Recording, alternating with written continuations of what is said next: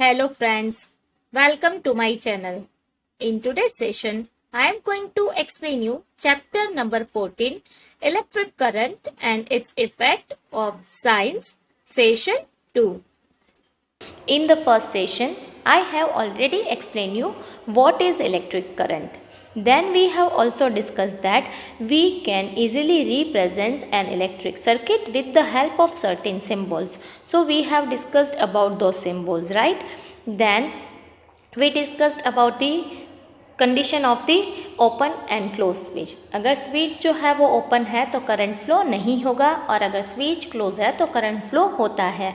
That we have discussed. Then with the help of activity we have observed that if current passes through any electrical circuit it produces heat which is known as heating effect of electric current.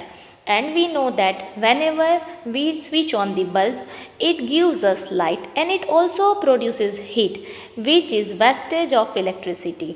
To reduce such kind of the wastage of electricity we should use fluorescent tube light or CFLs instead of bulb.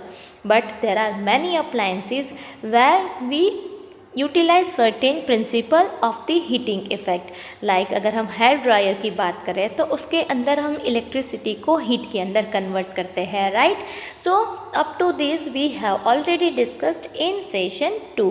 अब और कहाँ पे हम ये heating effect को utilise करते हैं वो हमें कंटिन्यू करना है इस सेशन के अंदर. So let's start. Now next is electric fuse. आप सबने शायद फ्यूज़ वर्ड जो है वो सुना होगा. Now here I am going to explain you how does it work. Wires made from some special materials melt quickly and break when large electrical current pass through them. ये हमने last session के अंदर भी discuss किया था कि अगर आप ज़्यादा अमाउंट का करंट पास करते हो ना मटेरियल के अंदर से तो वो एक पॉइंट ऐसा आएगा कि जहाँ पे मेल्ट होता है और ब्रेक होता है. But there are certain materials कि जिनका मेल्टिंग पॉइंट जो है ना वो काफ़ी लो होता है, यानी कि वो क्विकली मेल्ट हो जाते हैं और इलेक्ट्रिक सर्किट जो है उसको ब्रेक करेंगे, यानी कि करंट को फ्लो होना अलाउ नहीं करेंगे. These wires are used for making electric fuses. ऐसे वायर्स जो है ऐसे मटेरियल्स हैं उनको हम फ्यूज़ बनाने के लिए यूज़ करते हैं. बिकॉज इलेक्ट्रिक फ्यूज़ का फंक्शन ऐसे होता है कि जब भी कुछ सर्किट के अंदर इश्यू आए तो वो जो सर्किट है वो फ्यूज़ जो होता है ना वो ब्रेक हो जाता है, यानी कि वो ओपन सर्किट की तरह बिहेव करता है और बाकी के सारे जितने इलेक्ट्रिकल इक्विपमेंट्स हैं वो प्रोटेक्ट होते हैं. Here you can see the picture of fuse. यहाँ पे क्या होता है, ये जो पोर्शन है ना वो इसके अंदर फिक्स हो जाता है. घर के अंदर इस टाइप का फ्यूज़ यूज़ होता है, आपने देखा होगा. बट नाउअडेज हम ये फ्यूज़ को रिप्लेस करके हम कुछ एडवांस टेक्नोलॉजी यूज़ कर रहे हैं जो मैं आपको बाद में बताऊँगी. ये जो फ्यूज़ हैं इनके बीच में फ्यूज़ का जो वायर है वो यहाँ पे फ्यूज़ का एलिमेंट यहाँ पे यूज़ किया जाता है. There is a maximum limit on the current which can safely flow through a circuit. अब कोई भी सर्किट आप डिज़ाइन करते हो ना उसमें डिसाइडेड होता है कि उसमें से मैक्सिमम कितना करंट फ्लो हो सकता है. अगर उस लिमिट से ज़्यादा करंट फ्लो होता है तो वो सर्किट के लिए हार्मफुल होता है, सर्किट डैमेज होने के चांसेस होते हैं. हियर यू कैन सी, ये जो फ्यूज़ है ना वो ब्रेक हो रहा है, यहाँ पे आप देख सकते हो. अब क्या करना है कि करंट ज़्यादा फ्लो हो तो ये फ्यूज़ जो है वो ब्रेक हो जाना चाहिए. If by accident the current exceed this safe limit the wires may become overheated and may can cause fire. अब मान लो कि ऐसा होता है कि करंट जो है ना वो लिमिट से ज़्यादा फ्लो हो गया तो क्या होगा कि जो भी पूरे इक्विपमेंट्स है ना वो ओवरहीटेड हो जाएंगे, ज़्यादा गर्म होंगे और उसकी वजह से शॉर्ट सर्किट हो सकती है, फायर जो है वो आग जो है वो लग सकती है. यू हैव ऑलरेडी स्टडीड कि कॉजेज ऑफ फायर के अंदर इलेक्ट्रिक शॉर्ट सर्किट भी हो सकता है, तो यहाँ पे इतना बड़ा एक्सीडेंट होने के चांसेस होते हैं. If a proper fuse is there in the circuit, it will blow off and break the circuit. अगर वहाँ पे आपने फ्यूज़ यूज़ किया होगा ना तो जैसे ही करंट की लिमिट जो है वो एग्ज़िट होती है तुरंत ही फ्यूज़ जो है ना वो ब्रेक हो जाता है, यानी कि सर्किट ओपन हो जाती है. सो करंट ज़्यादा फ्लो नहीं होगा और आग जो है वो शॉर्ट सर्किट की वजह से नहीं लगेगी. A fuse is thus a safety device which prevents damage to electrical circuits and possible fires. इसीलिए हम फ्यूज़ को ना एक सेफ्टी डिवाइस बोल सकते हैं बिकॉज वो इलेक्ट्रिक सर्किट को डैमेज होने से बचाता है एज वेल एज पॉसिबल अगर फायर्स कहीं पे होने के चांसेस है तो उसको भी वो प्रिवेंट करता है. One reason for excessive current in electric circuits is the direct touching of wires. अब एक्सेसिव करंट क्यों फ्लो होता है? तो एक रीज़न ऐसा है कि आप सब ने देखा होगा कि जो वायर होता है ना उसके ऊपर एक इंसुलेटिंग मटेरियल होता है. जनरली वो ग्रीन, रेड, ब्लू, ब्लैक ऐसे कलर्स में इंसुलेशन होता है. अगर वो इंसुलेटिंग मटेरियल ब्रेक हो जाता है ना तो दो वायर एक दूसरे को टच करेंगे जिसकी वजह से शॉर्ट सर्किट होगी, बहुत ज़्यादा अमाउंट का करंट फ्लो होगा. These may happen if the insulation on the wires has come off due to the wear and tear. These may cause a short circuit.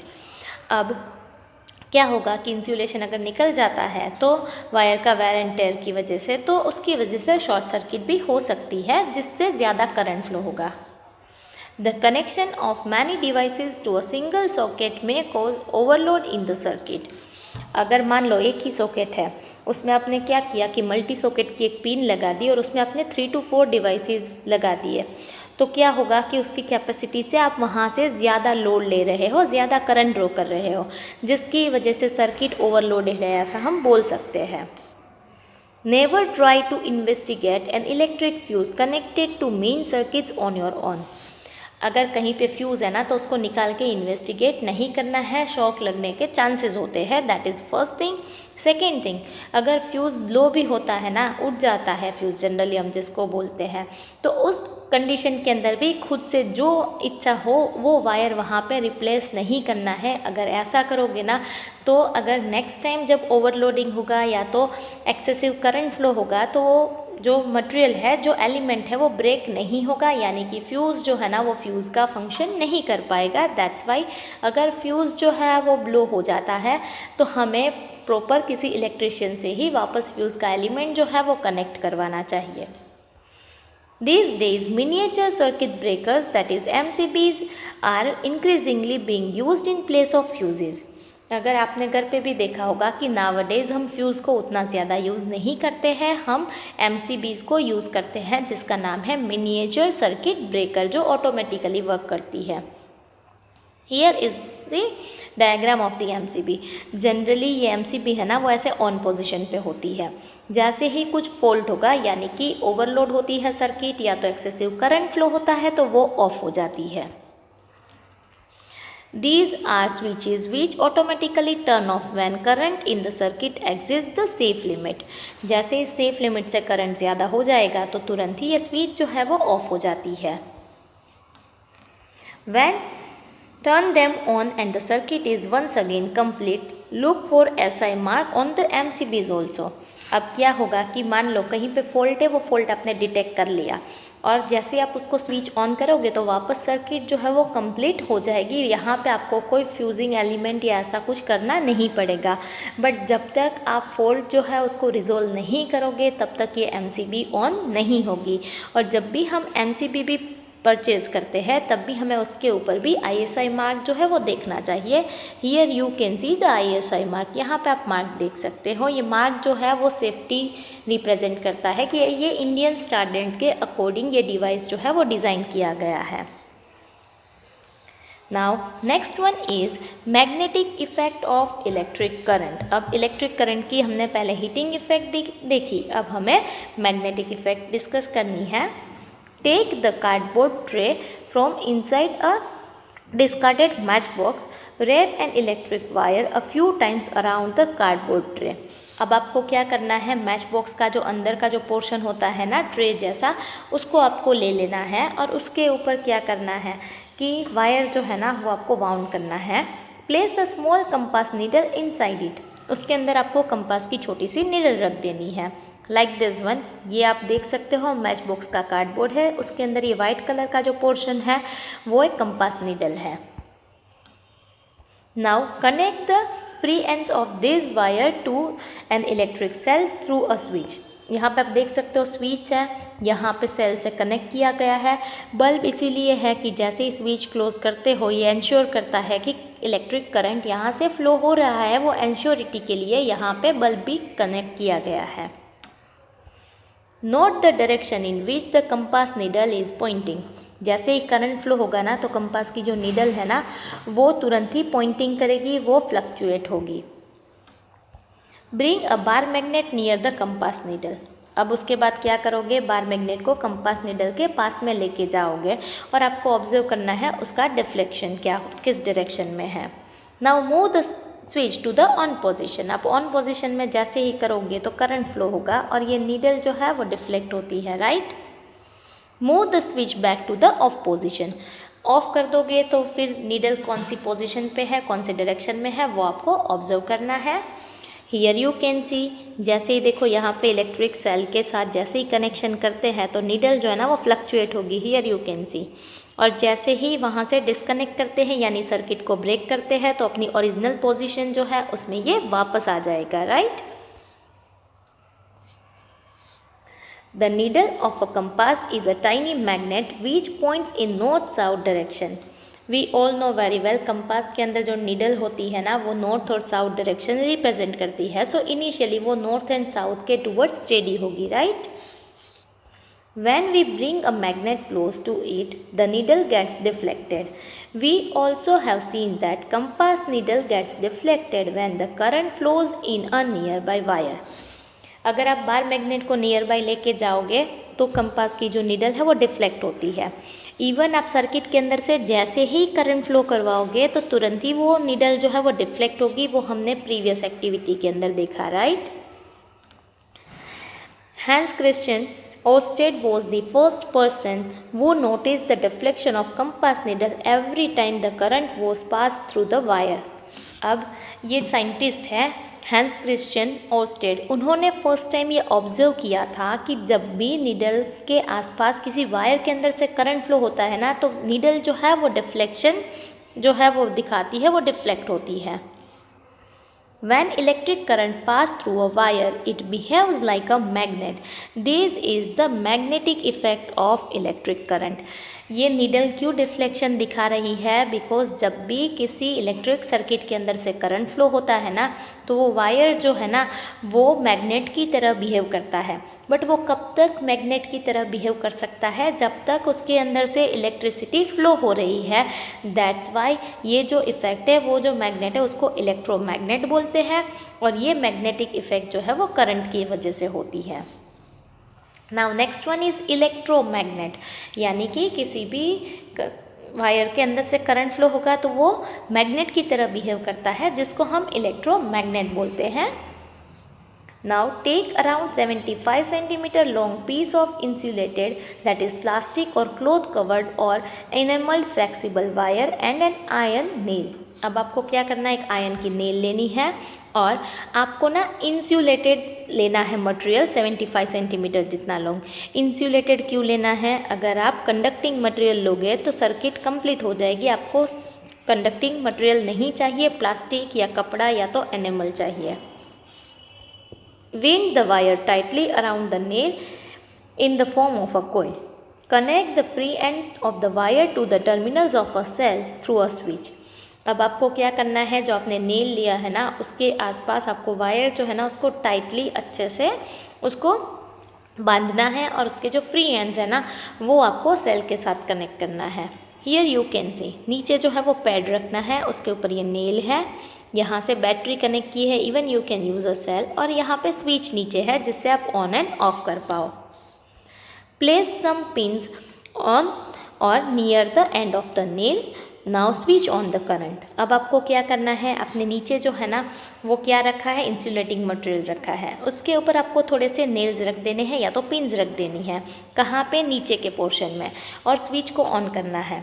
जैसे ही ये स्विच ऑन होगी तो यहाँ पे करंट फ्लो होगा, right. जैसे ही यहाँ से करंट फ्लो होता है तो वो इलेक्ट्रोमैग्नेट की तरह बिहेव करेगा, यानी कि वो मैग्नेट की तरह बिहेव करता है, तो डेफिनेटली वो पिंस को अपने टूवर्ड्स अट्रैक्ट करेगा।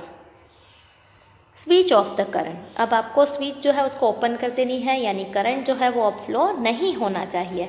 फिर आपको ऑब्जर्व करना है कि क्या होता है। डेफिनेटली क्या होगा कि वो अब इलेक्ट्रोमैग्नेट की तरह बिहेव नहीं कर सकता, यानी कि वो पिंस को अट्रैक्ट नहीं कर सकते ये नील।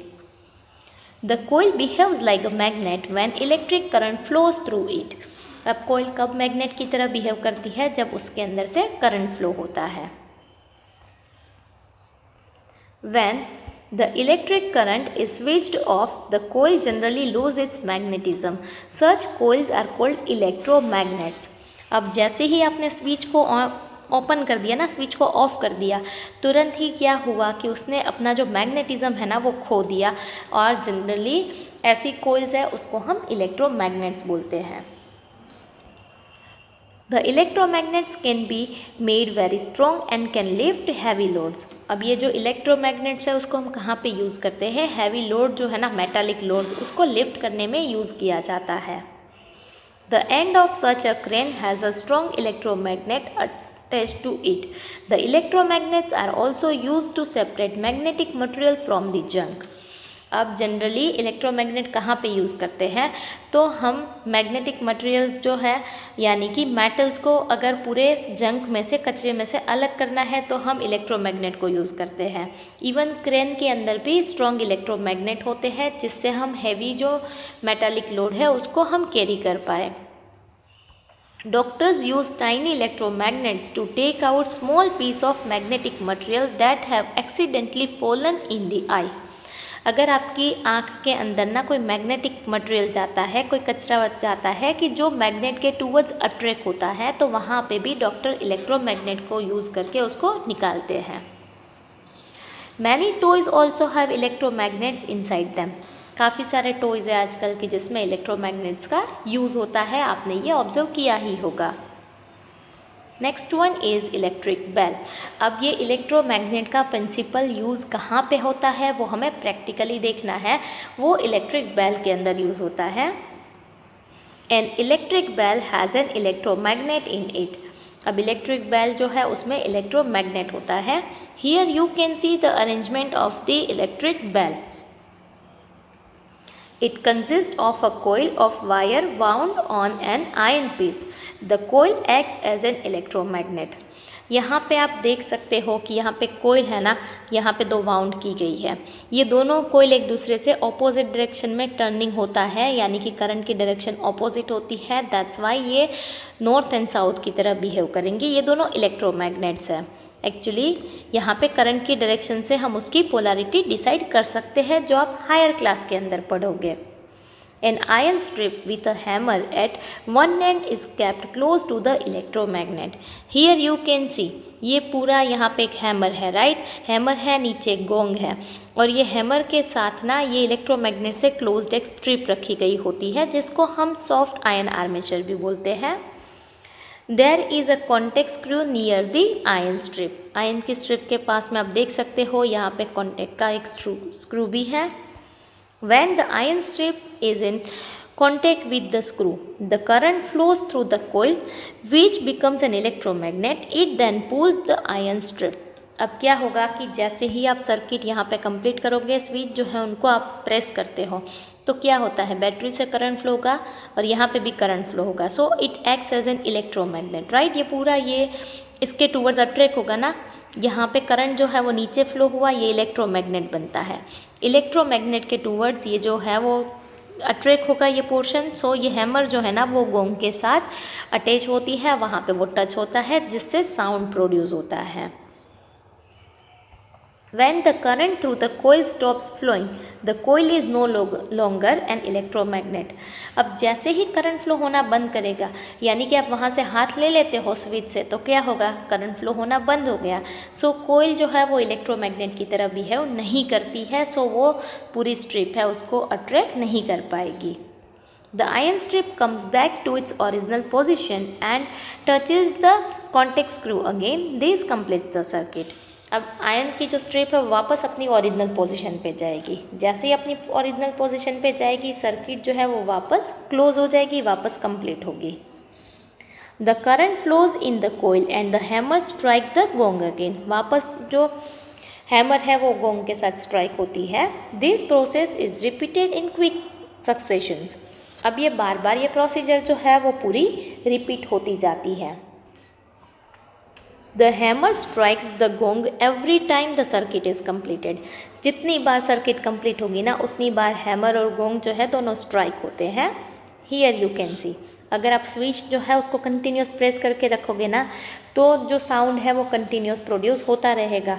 ये जो जैसे ही नीचे आएगी सर्किट डिस्कनेक्ट, वापस करंट फ्लो हुआ, वापस इलेक्ट्रोमैग्नेट बनेगा। सो कंटिन्यूसली ये बेल जो है वो रिंग होती रहेगी जब तक आपकी ये स्विच जो है वो क्लोज है। बट अगर मैं ये स्विच को ओपन कर देती हूँ तो यहाँ से करंट फ्लो नहीं होगा, सो बेल जो है वो रिंग नहीं होगी। So this was how we can utilize the effect of electromagnet in real life. I have explained you entire chapter. Thank you. Thank you for watching my video. If you have not subscribed my channel yet, please subscribe it by pressing the bell icon. And if you have really liked the video, don't forget to like it and share it with your friends. Keep watching videos on my channel. Thank you.